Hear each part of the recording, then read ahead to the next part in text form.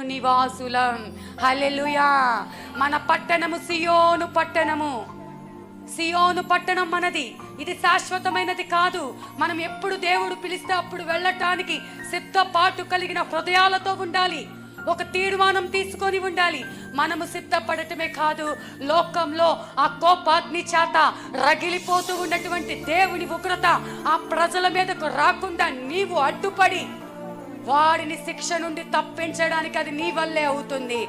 హల్లెలూయా. నువ్వు ప్రార్థన చేస్తే, నువ్వు మొర్ర పెడితే, నువ్వు కన్నీరు కారిస్తే వారి మీదకు రాబోతున్న శిక్ష నుంచి తప్పించి నీ భర్తను దేవుడు రక్షిస్తాడంట. నీ రక్త సంబంధికులను దేవుడు రక్షిస్తాడంట.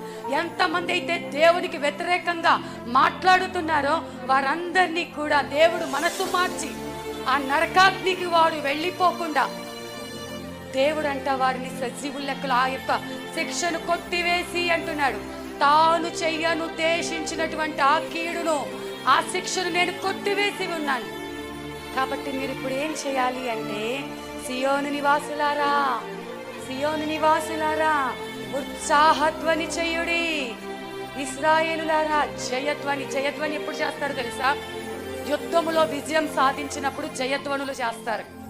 ఇప్పుడు మనం ఏ యుద్ధంలో గెలిచామో తెలుసా?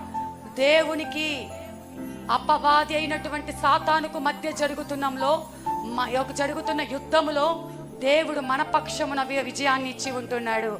హల్లెలూయా.